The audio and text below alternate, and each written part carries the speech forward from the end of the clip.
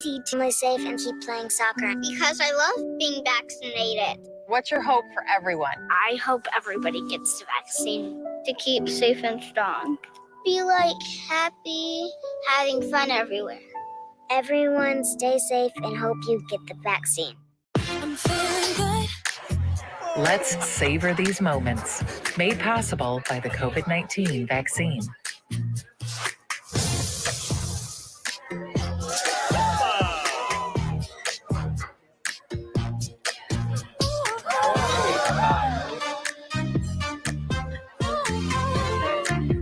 Keep the dining out going by keeping yourself protected and your COVID-19 vaccines up to date.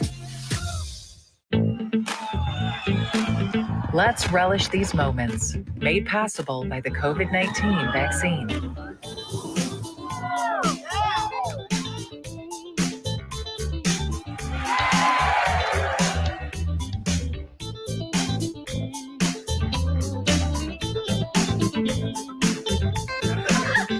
Keep the festivals going by keeping yourself protected and your COVID-19 vaccines up to date. This November, honor the many people who offer their lives for our freedom at the 2022 Heroes Appreciation Breakfast. Organizations, charities, and local residents are invited to celebrate the men and women that ensure our safety and security. Hear from guest speakers, live performances, and presentations from veterans, officers, and more. Save the date, November 8th, 9 to 10:30 a.m. at the new West Bloomfield Middle School. Call 248-451-1900 to register. In the face of COVID-19, staying healthy is important. And now the same is true as we face the flu. Influenza has the potential to infect millions, putting lives and the healthcare system at risk. Fortunately, it's easy to protect yourself.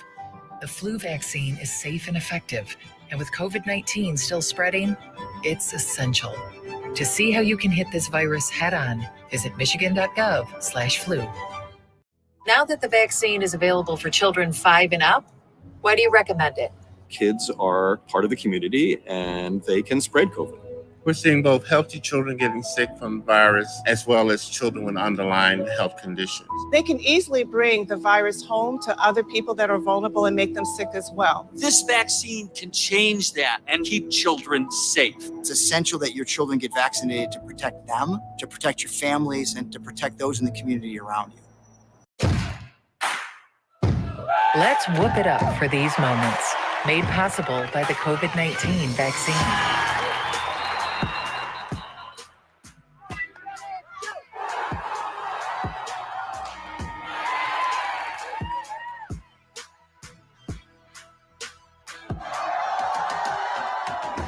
Keep the cheering going by keeping yourself protected and your COVID-19 vaccines up to date. Take a look back in time and recollect local history at this month's Sylvan Story presentation. Learn about Sylvan Lake's illustrious past from the lovely Helen Jane Peters as she discusses everything she can about Whitfield School's teacher and principal, Mr. Glenn Husted, and the letters he'd write to soldiers fighting in World War II. Sylvan Story. Drop by at 6:30 p.m. Thursday, November 10th at the Sylvan Lake Community Center. Can I ask you a question? Why do you want to get the COVID-19 vaccine? I don't like getting sick. The virus will die. It will be easy to not catch it. Keep my family safe and keep playing soccer. Because I love being vaccinated. What's your hope for everyone? I hope everybody gets the vaccine to keep safe and strong. Be happy, having fun everywhere. Everyone stay safe and hope you get the vaccine. I'm feeling good. Let's savor these moments, made possible by the COVID-19 vaccine.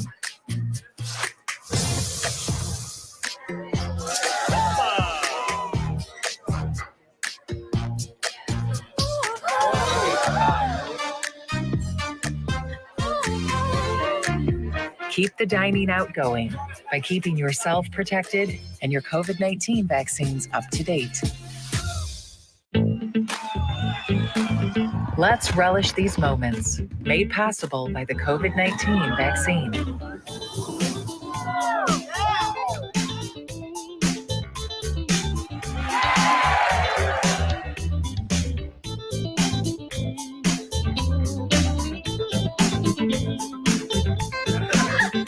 Keep the festivals going by keeping yourself protected and your COVID-19 vaccines up to date. This November, honor the many people who offer their lives for our freedom at the 2022 Heroes Appreciation Breakfast. Organizations, charities, and local residents are invited to celebrate the men and women that ensure our safety and security.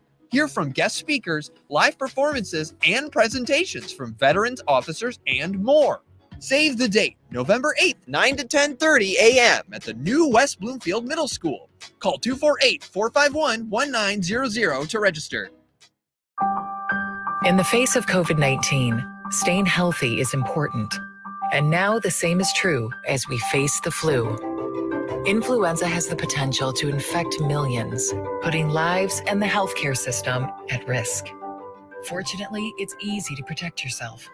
The flu vaccine is safe and effective, and with COVID-19 still spreading, it's essential.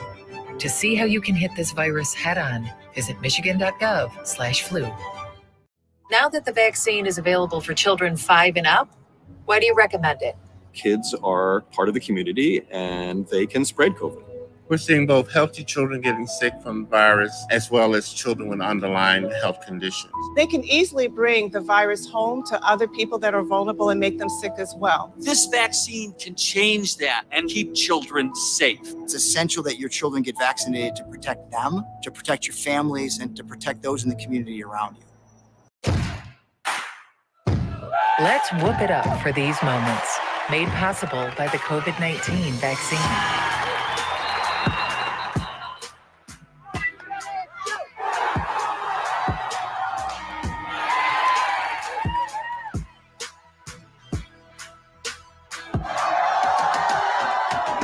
Keep the cheering going by keeping yourself protected and your COVID-19 vaccines up to date.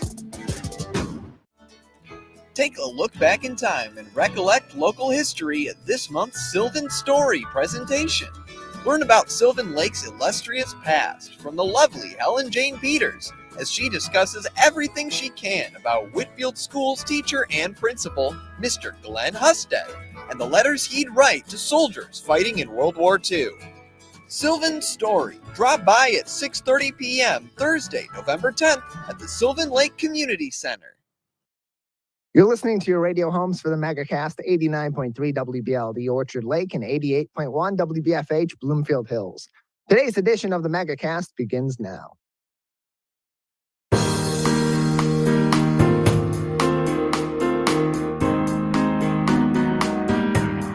Welcome to the Megacast, our live local daily TV, radio, and streaming show looking into all things Michigan. I'm Tyler Kieft. You can learn more about the program by visiting our website. Sorry, our technology is all over the place because everything breaks every day, and now I'll pick it up.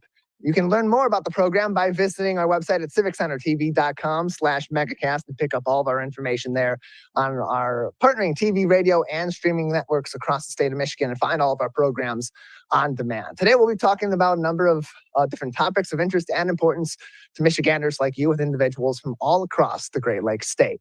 Let's begin with what's making headlines on our website at civiccentertv.com on our local news page. Our top story comes from Jonathan Osting and Lauren Gibbons at Bridge, Michigan. Poll challengers are always a staple at the polls on Election Day, but following the controversy surrounding challengers in the 2020 election cycle, some new rules are now in place here in Michigan. Per a rule through the Michigan State Supreme Court on Thursday, clerks are now allowed to prohibit challengers from bringing cell phones into absentee ballot counting rooms and to limit their ability to speak directly with election workers in process on Election Day.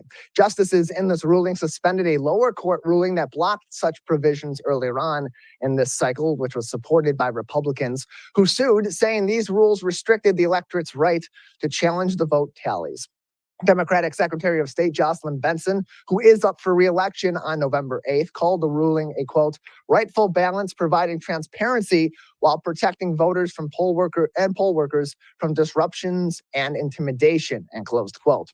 Others are disappointed in the high court ruling and, quite frankly, are upset about the ruling, arguing that it is restrictive in the right to challenge the results of vote tallies and certain ballots ballots at the polls. Southfield attorney Ann Howard, representing GOP challengers, said that the ruling will, quote, effectively neuter, and closed quote, these rights in this election, and quote, we're going to be heading into an election with poll challengers' rights being severed, and closed quote.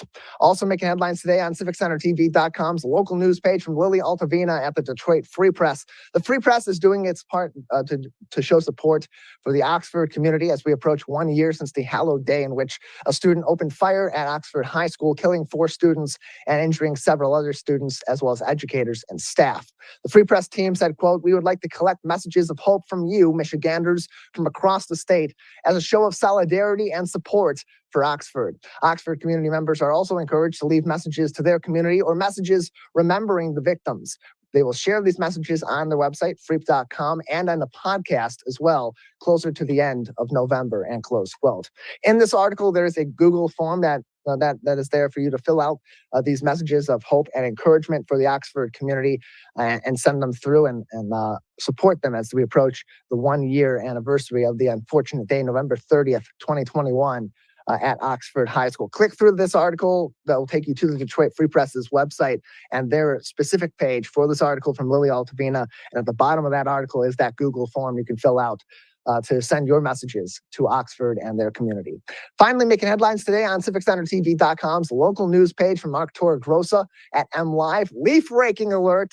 We've got some serious winds coming in this weekend, so you may want to hold off on piling up those leaves, or you might be doing some of that yard work more than one time. Saturday forecasts are showing winds upwards of 45 to 55 miles per hour over much of lower Michigan. Expect brief gusts and windy periods spanning from about 1 to 2 hours at a time. From the Holland area out west to northern lower peninsula, winds could be in the 50 mile per hour range between 2 and 8 p.m.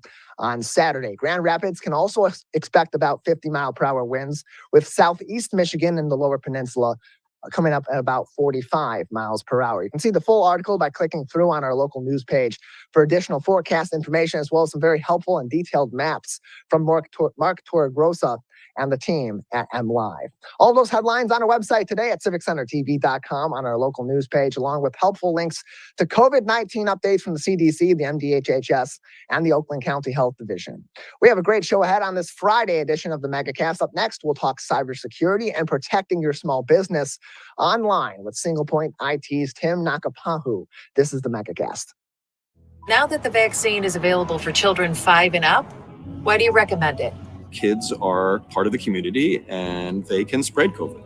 We're seeing both healthy children getting sick from the virus as well as children with underlying health conditions. They can easily bring the virus home to other people that are vulnerable and make them sick as well. This vaccine can change that and keep children safe. It's essential that your children get vaccinated to protect them, to protect your families, and to protect those in the community around you. Let's whoop it up for these moments, made possible by the COVID-19 vaccine.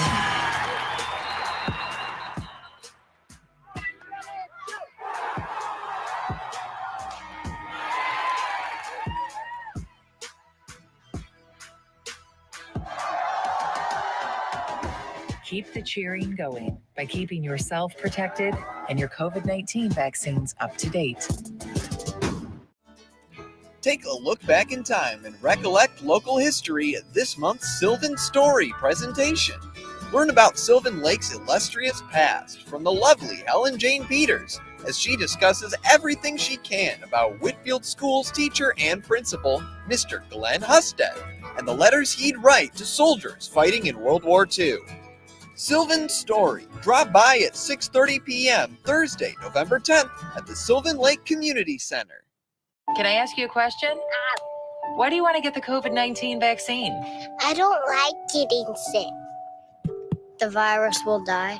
It will be easy to not catch it. Keep my family safe and keep playing soccer. Because I love being vaccinated. What's your hope for everyone? I hope everybody gets the vaccine to keep safe and strong. Be happy, having fun everywhere. Everyone stay safe and hope you get the vaccine. I'm feeling good. Let's savor these moments, made possible by the COVID-19 vaccine.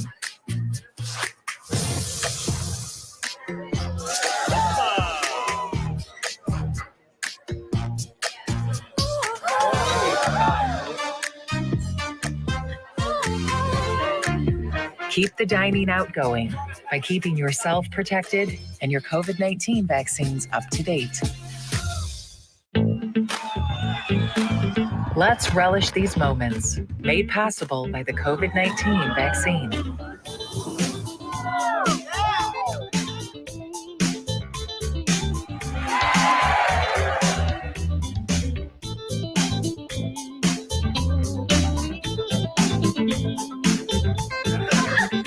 Keep the festivals going by keeping yourself protected and your COVID-19 vaccines up to date.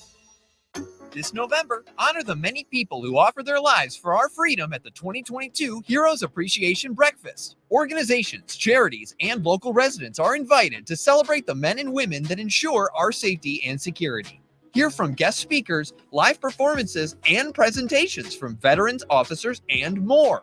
Save the date, November 8th, 9 to 10:30 a.m. at the new West Bloomfield Middle School. Call 248-451-1900 to register.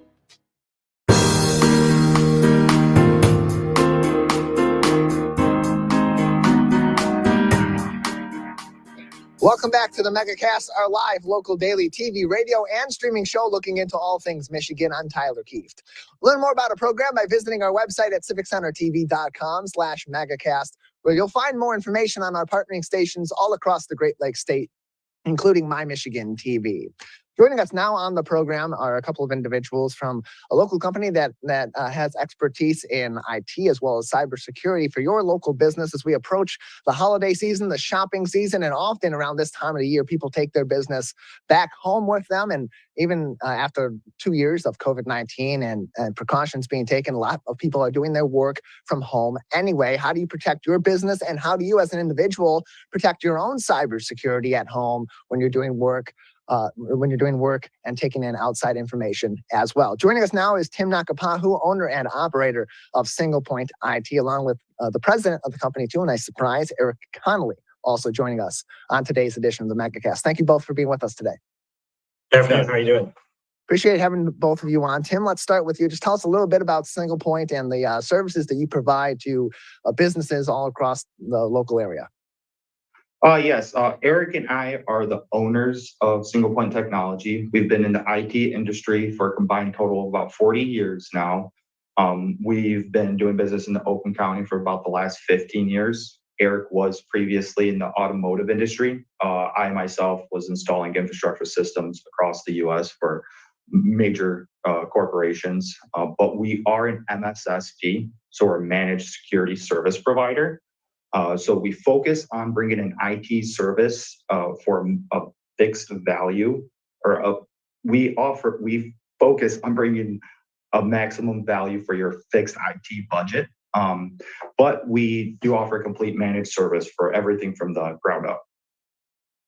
Go ahead, Eric. So our whole idea is to, manage, secure, and support anything that touches the network. Even if it's not something that we provided, as we get into a little bit more of a talk on the cybersecurity piece of it, it's not just the computer piece of it anymore, because everything runs software, everything's a target, everything's an entry point. So, we have to look at it from a top-down view, even if it's not something that you would normally think could be a concern in relating to security. And in terms of what companies can do or what steps they should be taking on a IT standpoint and from a cybersecurity standpoint, especially in-house, let's start with that. What sort of steps should they be taking in the modern age to fortify their security at their physical locations, at their brick and mortar locations, to ensure that they are much less likely to become a victim of a cyber attack or other security breaches? Yeah, so we look at security breaking down into 4 pieces. One of them is what I just touched on, which is the scope. So understanding what every single entry point is, because generally the one you miss is the one that's going to end up getting you, and making sure you understand that scope. A very simple example is a manufacturing company could have a piece of equipment on the shop floor that makes parts for them. People think of that as a dedicated piece of equipment, but it still runs software. It still is connected to a network. And even though it's not something that you may think of as being a risk or a risk standpoint from an entry point, it is. So just understanding everything that touches your network, everything that's connected to it, If people are bringing in equipment from home, the whole bring your own device is a huge thing now. Understanding what they're bringing in, because, a big part of it when you touched on business versus personal, a lot of these attacks now are social in nature. So they will find out information about somebody from a personal standpoint. And then with LinkedIn and Facebook and everything else, it's not very difficult to figure out where somebody works. And that's usually the beginning of an entry point into a business. This second part is what everybody normally focuses on, which is prevention. Keeping your updates up to date, antivirus software, firewall configuration. A big one is restricting outside access to bare necessities. We've had some customers in the past that, well, everybody gets, remote access. Well, does everybody need remote access? Because a lot of times it's the people that have it but don't use it then become part of the target because it's not something they pay attention to. And then the absolute biggest piece out of the four is education. Your biggest risk is your user. There's no amount of hardware, software, or money you will spend that will stop a user from making a mistake. Computers work on trust relationships. So when somebody gets an email that contains ransomware or a virus, they open it up and it asks them a question. Do they want to do this or not?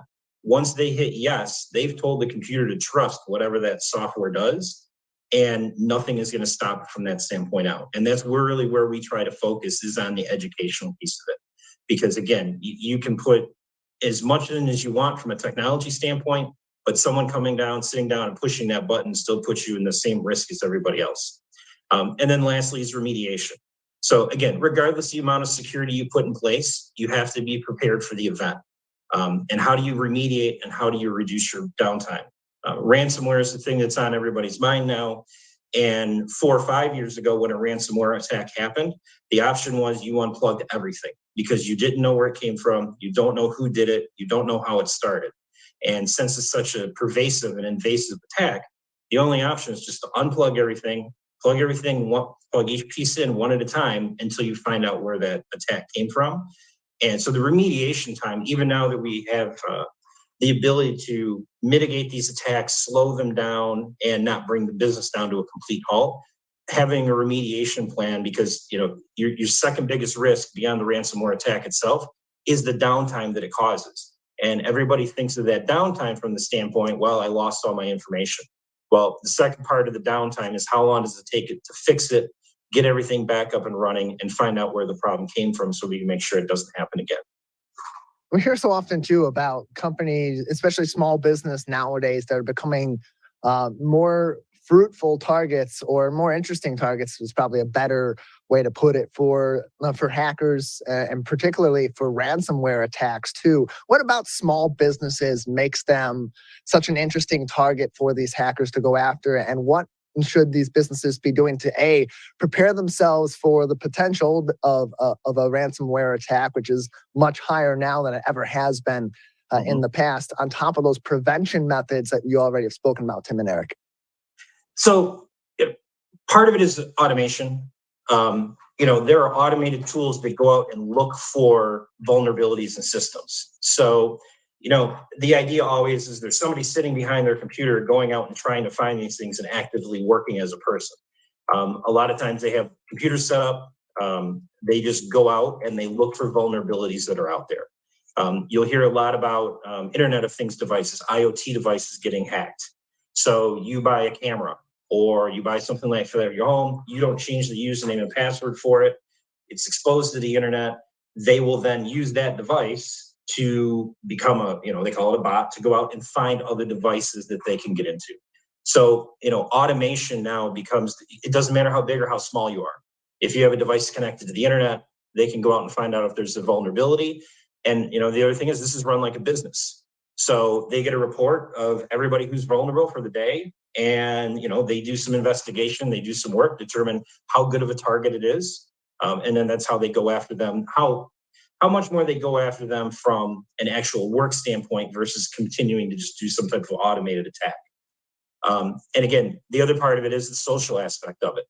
A lot of these attacks are not very technological. They're not very high tech.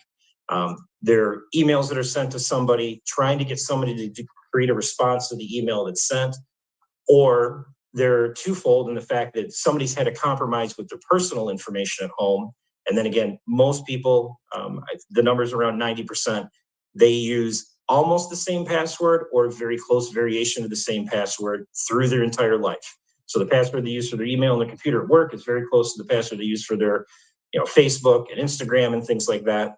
Those are a lot easier targets because the home computer is not protected as well. So again, I have a username, I have a password, which I am pretty sure is going to be somewhat close to what they're using at work.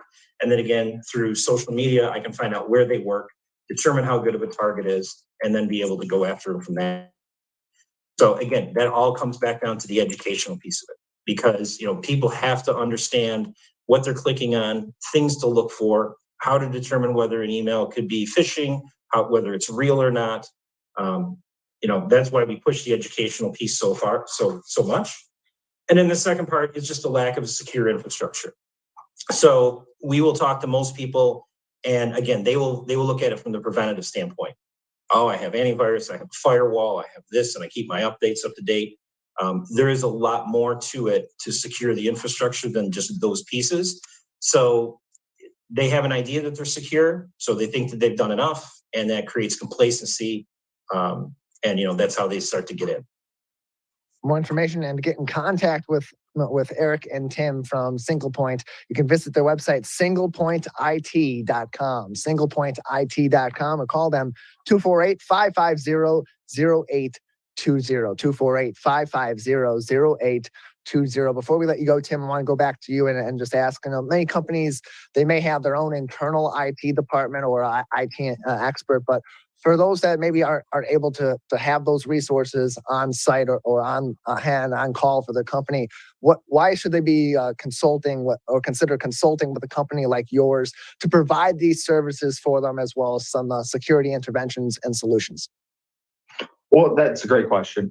So obviously there's many people trying to offer technical services today, but what we try to do is we also try to blend not only a more personalized approach, but most of our clients and our businesses that we work with, they know all of our team on a first name basis. So what that does is going to streamline the service you get, and it's going to build more of a trust factor when it comes to these secure issues that you're having. More information again, singlepointit.com, and to get in contact with them. Tim, Eric, thank you so much for being with us. Awesome. Thank you. Appreciate your time. We will take a break now on the Megacast. On the other side, it's our weekly market talk with Michael Greiner from Oakland University. You're watching and listening to the Megacast. In the face of COVID-19, staying healthy is important. And now the same is true as we face the flu. Influenza has the potential to infect millions, putting lives and the healthcare system at risk. Fortunately, it's easy to protect yourself.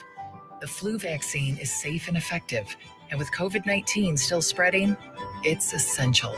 To see how you can hit this virus head-on, visit michigan.gov/flu. Now that the vaccine is available for children 5 and up, why do you recommend it? Kids are part of the community and they can spread COVID. We're seeing both healthy children getting sick from the virus as well as children with underlying health conditions. They can easily bring the virus home to other people that are vulnerable and make them sick as well. This vaccine can change that and keep children safe. It's essential that your children get vaccinated to protect them, to protect your families, and to protect those in the community around you. Let's whoop it up for these moments, made possible by the COVID-19 vaccine.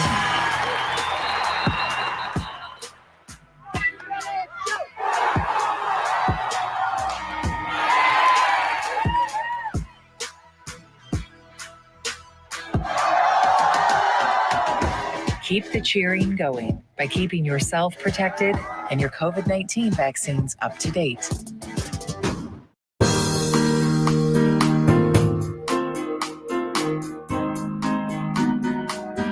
Welcome back to the Megacast, our live local TV, radio, and streaming show looking into all things Michigan. I'm Tyler Keefe. Learn more about our program by visiting civiccentertv.com/megacast, where you'll find more information on all of our partnering stations across the Great Lakes State, including My Michigan TV, and find our full episodes and each individual interview on demand, so you can watch the Megacast on your time, at your pace, and whatever topics of interest are most important to you. civiccentertv.com/megacast. Joining us now on the Megacast for our weekly look into the economy and news that will be affecting both your work and your pocketbook as well. Michael Greiner from Oakland University joins us once again on the Megacast. Michael, thanks for being with us today. Great to be back, Tyler. How are you today? Doing all right. How are you? Good. Glad to be here. Yeah, glad to have you with us as once again, it seems like we're going right back around the spinning wheel again. The Federal Reserve raising interest rates once again by 0.75%. 0.75%. This is an unprecedented time now, the fourth consecutive raising of federal interest rates. When is this projected to be potentially the last one? You know, we talked the last couple of times and you said, this is the second one. We're expecting a third. We're expecting a fourth. Last time around, it was the third time. And we talked about this and you said, yeah, expect a fourth, potentially even a fifth. Where is the forecast right now in terms of how many more of these interest rate rises we could be seeing from the Fed?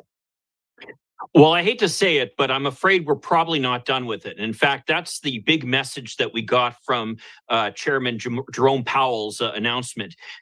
In part, what he was doing was reacting to the markets, where there's kind of this exuberance that they get each time that we get close to one of the interest rate announcements. And there's kind of this sense that, oh, you know, maybe things will start to slow down. Maybe there'll be some kind of indication that we're going to have less increases coming forward. But Jerome Powell really threw cold water on that and said very clearly that, you know, stop paying attention to how fast they're increasing. We're going to go up. We're going to keep going up until we start to get control of inflation. He said that, in fact, what we do is we've expected that the terminal rates, the rate that we expect to reach with it has gone up. He didn't say how high it's gone up. He didn't say how they're going to calculate how high it should go. So that kind of leaves a bit of uncertainty again that the markets are going to kind of get nervous about. But by the same token, it made it clear that at least he does not see any end coming in sight anytime soon. Now, this is kind of a disappointment to the markets because, of course, they looked at what happened in Canada, where they slowed down their interest rate increases. And there were also a number of the members of the Fed Board of Governors, as we discussed before, who've been indicating that, you know, hey, we need to be careful about this because we don't want to throw the economy into too big of a recession to deal with inflation. But Jerome Powell was unmoved in that. He made it very clear to the markets that expect higher rates, and indeed they are. So we'll see what happens with that. And we had an article on our website, on our local news page earlier on in the week from Bridge, Michigan, that talked about the impact that this raise in the interest rates is having on the housing market, in particular, higher costs. So then you know, they got to lower the cost of the homes in order to make them worthwhile to sell to individuals on the market. Certainly more of a buyer's market. But how is this affecting the labor market? Because as prices increase, cost of living increases, and so then you have a situation where you want to be competitive in the job market and bring in those best candidates, but they're often going to be asking for a lot more money than maybe you've budgeted to pay for those certain positions. So how is that affecting labor at this time? Yeah, you're right about that. And that's kind of the frustration, I think, that the Fed has been dealing with, which is, again, this morning, we got more job figures. And once again, they far outstripped what the expectations were. We were expecting about 206,000 jobs added to the economy in October. And as it turns out, we ended up with 261,000. So again, a substantial increase over what expectations were. What's more is that there were some positive signs in terms of the market slowing down a little bit, in terms of the amount, the labor participation rate went down slightly, which is the number of people who are actually in the job market or looking for work. The unemployment rate went up just slightly, which again, you want to see that start to go up a little bit to tame inflation. But the truth of the matter is, what we're still seeing is a very competitive job market where there are many, many more job openings available than there are people looking for work.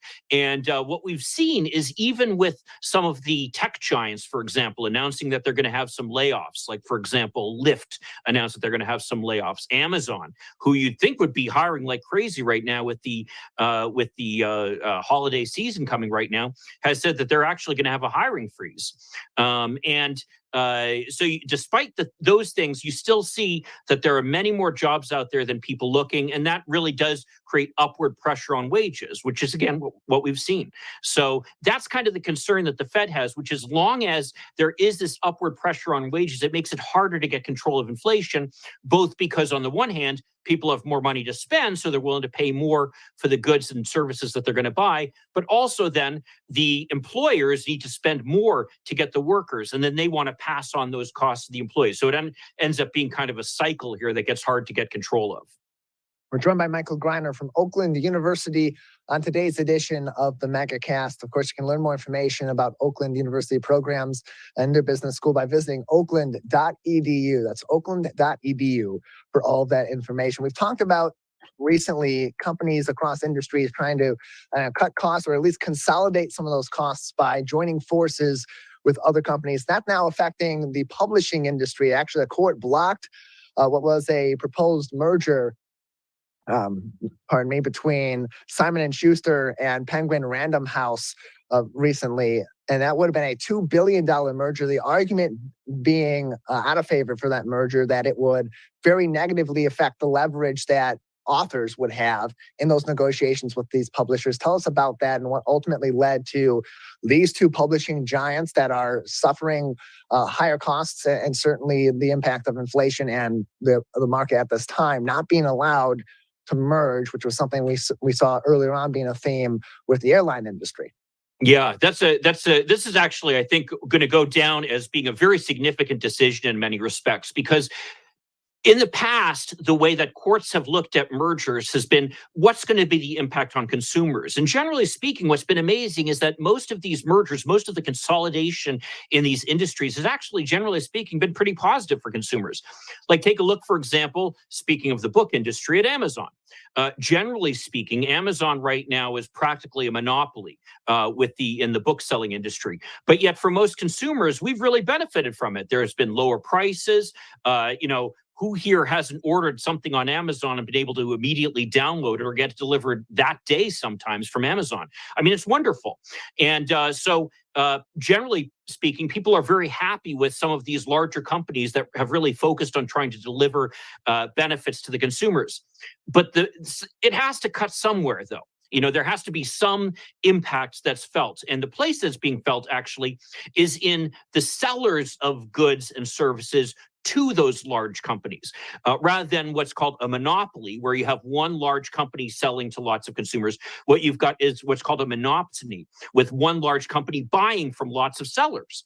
And and that's exactly what the judge found in this case, which is that because of the fact that you'd have fewer large publishing companies, which basically this would take us from 5 large publishing companies down to 4, then you'd have a situation where they'd be able to go to the authors and say to them, hey, we're not willing to pay so much for your book because there aren't so many people competing over this. And we saw this, for example, with Amazon, where while Amazon has delivered great benefits to the consumers, to people who are sellers to Amazon, it's been really a hardship where they've seen that the money that they're able to make off of Amazon has been severely cut, and it's become much harder for companies to make money by selling through Amazon. And in fact, that's the point that these publishers are making, which is that basically they're dealing with this monopoly with Amazon, who's saying to the publishers, hey, we're not going to pay this much money for the books that you're selling. And a couple times where some of the publishers have tried to rebel against it, Amazon has so much market power that they've been able to prevail and basically push down the costs that they're paying to these publishers. So as a result of it, the publisher is saying, look, we need to be able to create a level playing field here where we're able to essentially bargain on equal basis with Amazon.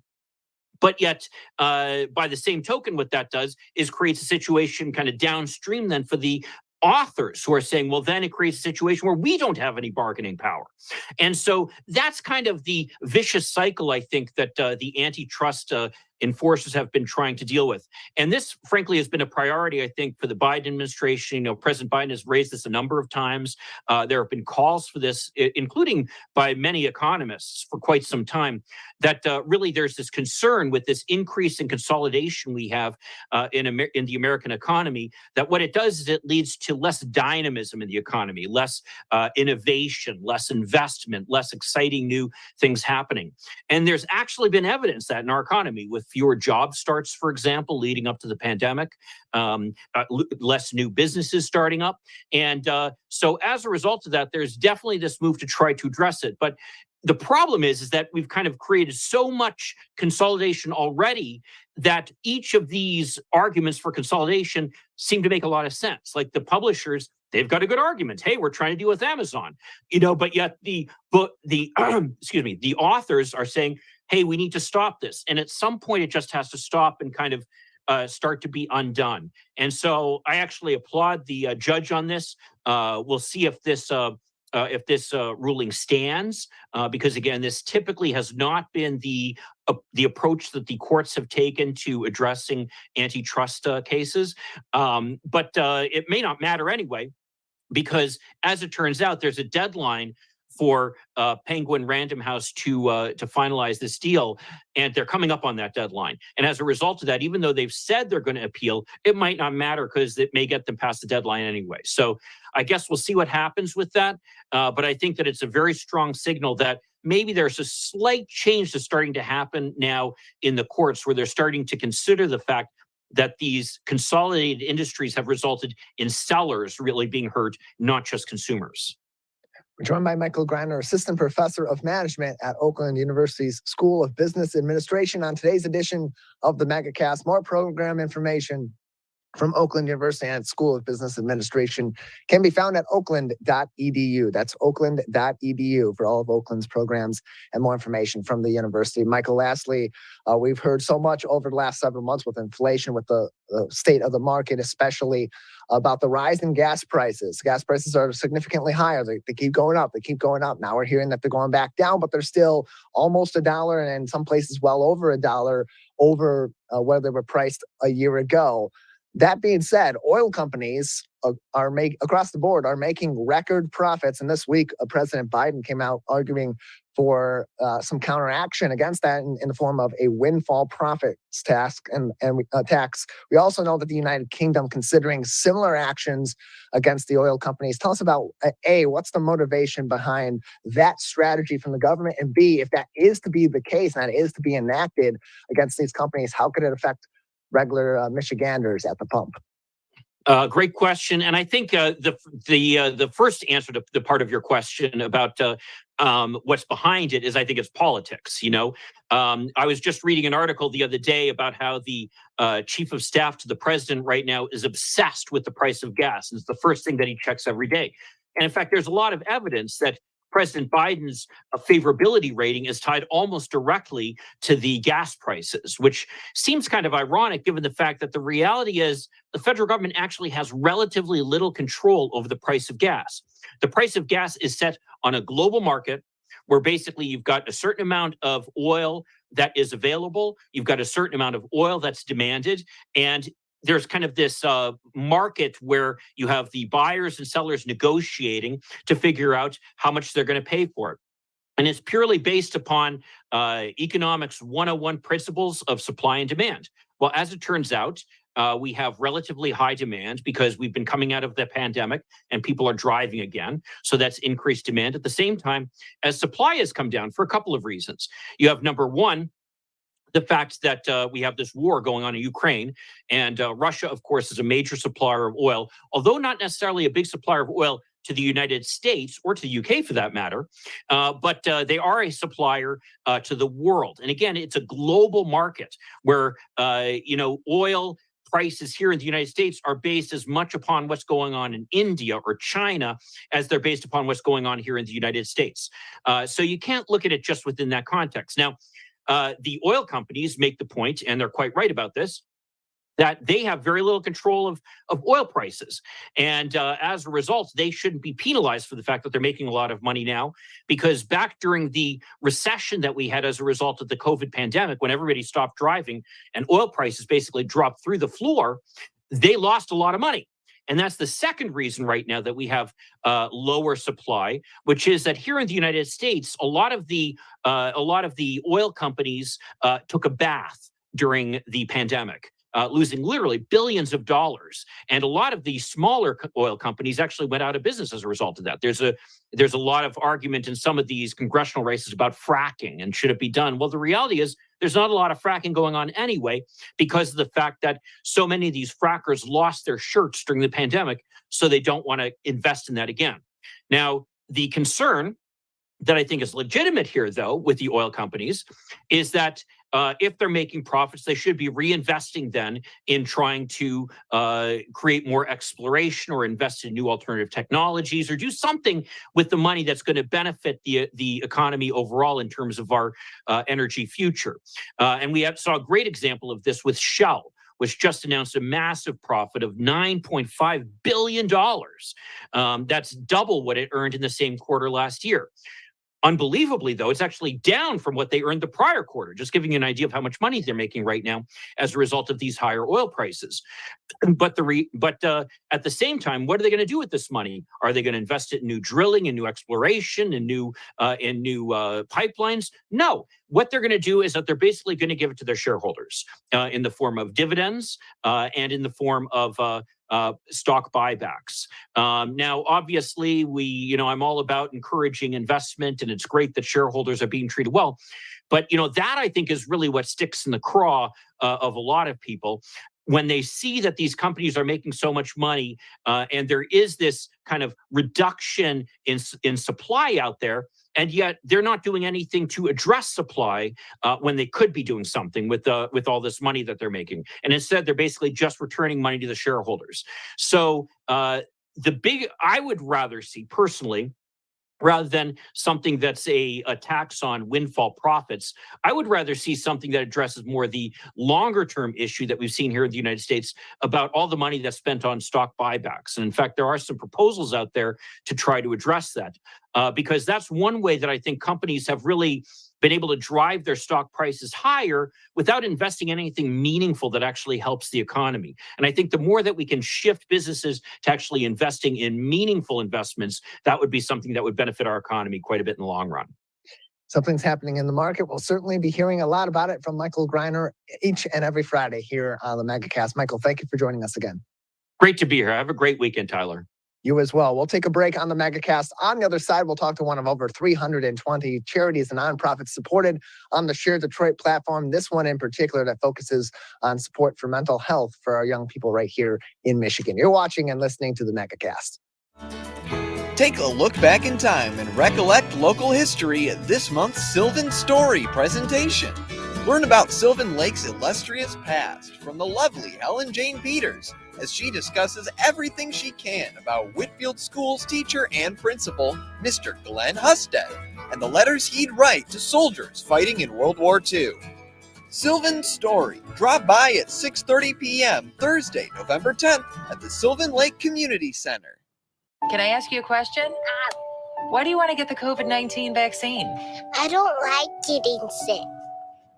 The virus will die.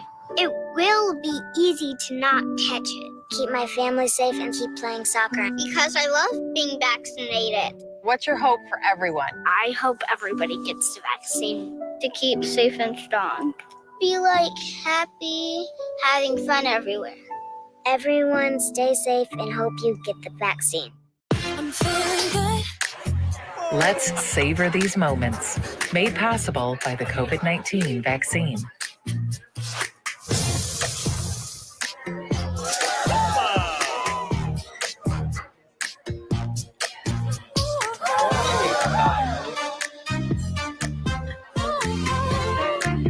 Keep the dining out going by keeping yourself protected and your COVID-19 vaccines up to date.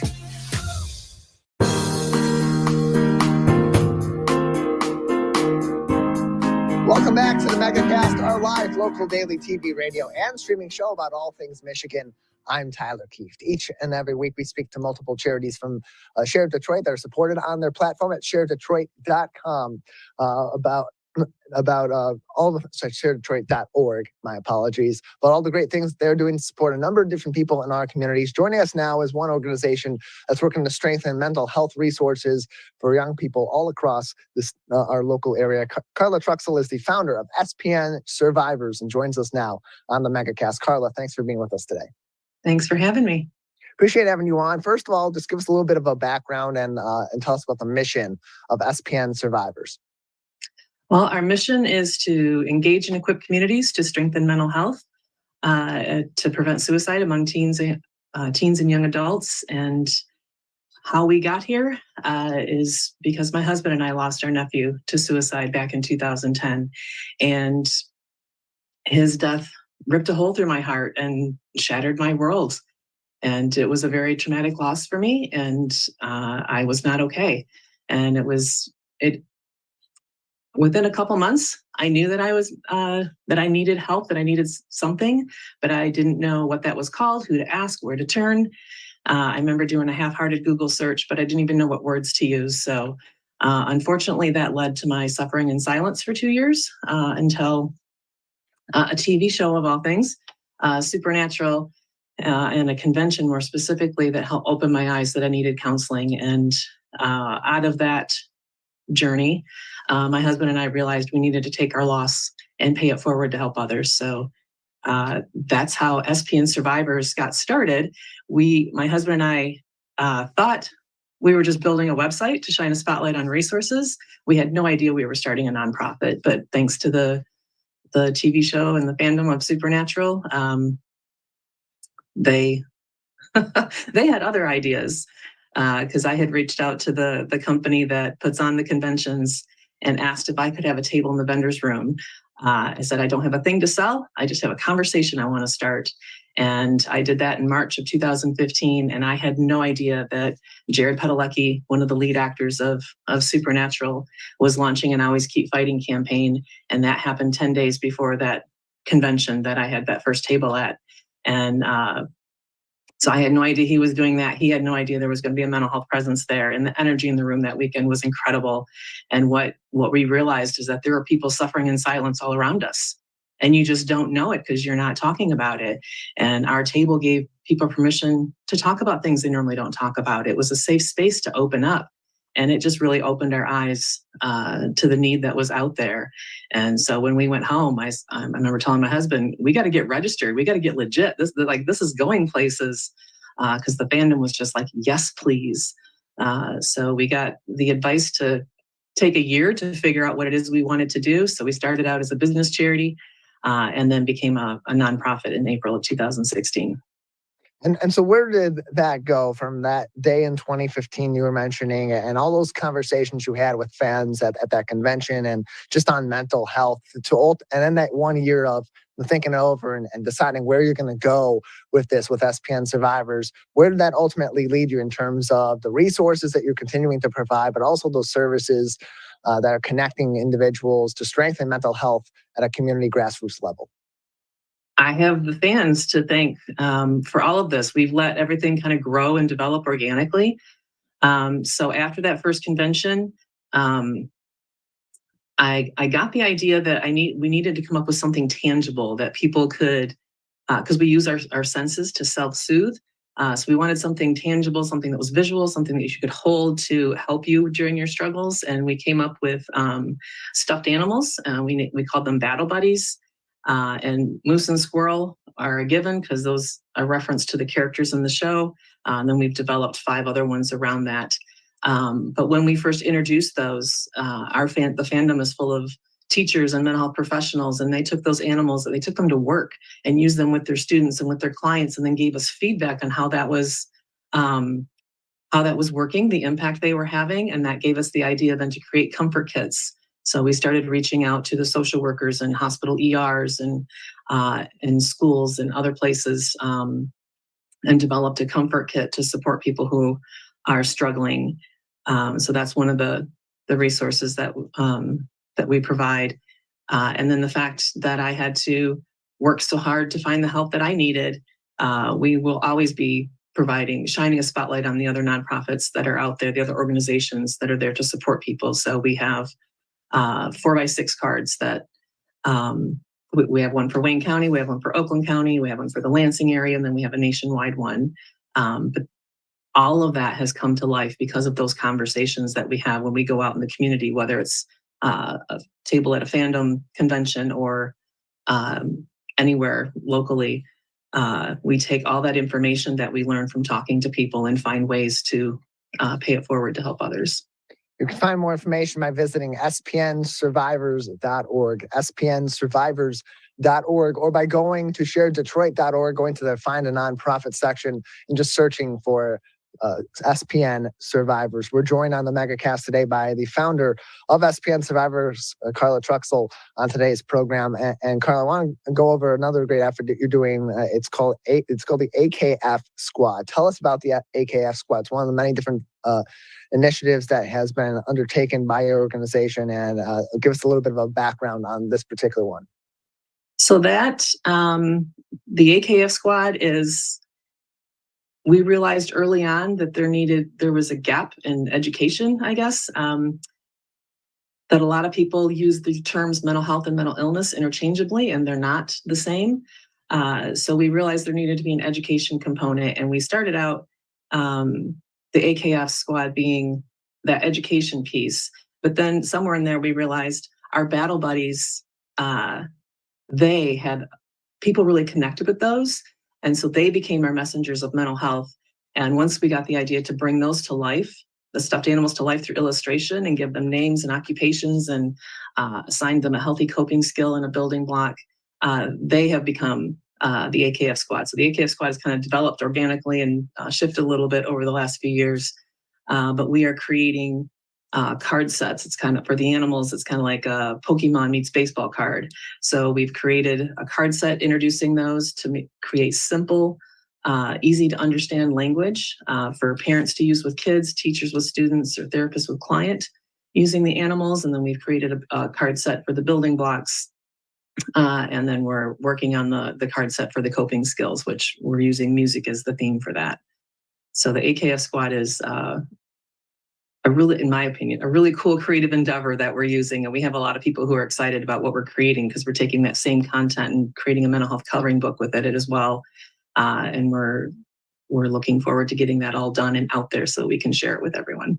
It's important too to have that educational element, because there are so many different ways that people can suffer from different mental health issues, so many different mental illnesses also that can affect people in a number of different ways. And sometimes that the education is not only important to recognize these sorts of issues that may be present in somebody else, or recognize somebody else may be suffering in silence, as you had mentioned earlier on. It's also important so that people can look internally as well and take that self-inventory, and maybe come to the realization that maybe they need to have some of these conversations and seek some help themselves. So it's really important that we have those sorts of resources. spnsurvivors.org is the website for more information. And Carla, we've got a couple more minutes with you, but before I let you go, what is one thing, or what are a couple things that you really wish people knew or had more knowledge about mental health, and about ways that they can not only look internally but also externally to others and help people in their community?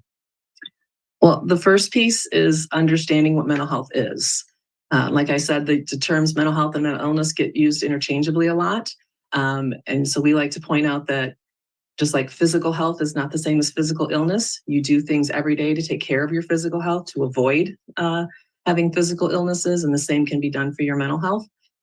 So we have a definition that we landed on for what mental health is.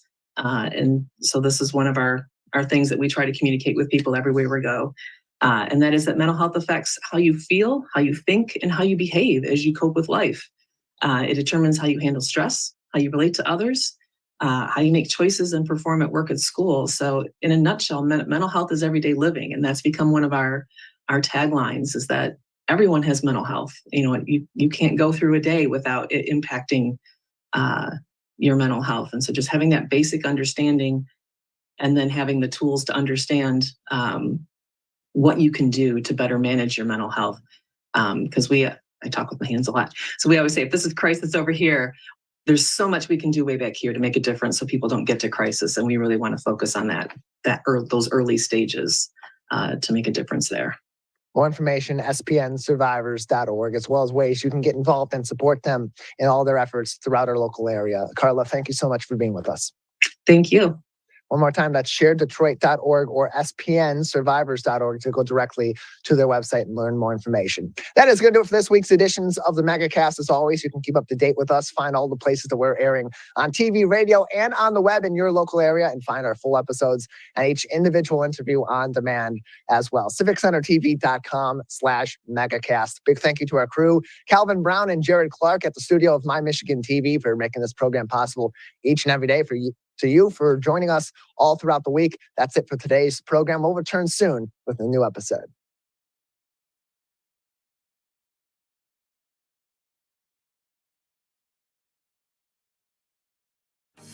This is My Michigan TV.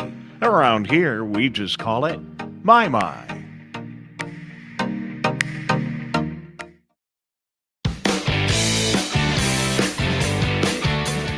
Ladies and gentlemen, we are live. Welcome to Mackinac Island. I'm so excited to kick off the 2022 Pure Michigan summer travel season. We are here to give you some incredible ideas for your summer vacation. Well, yay.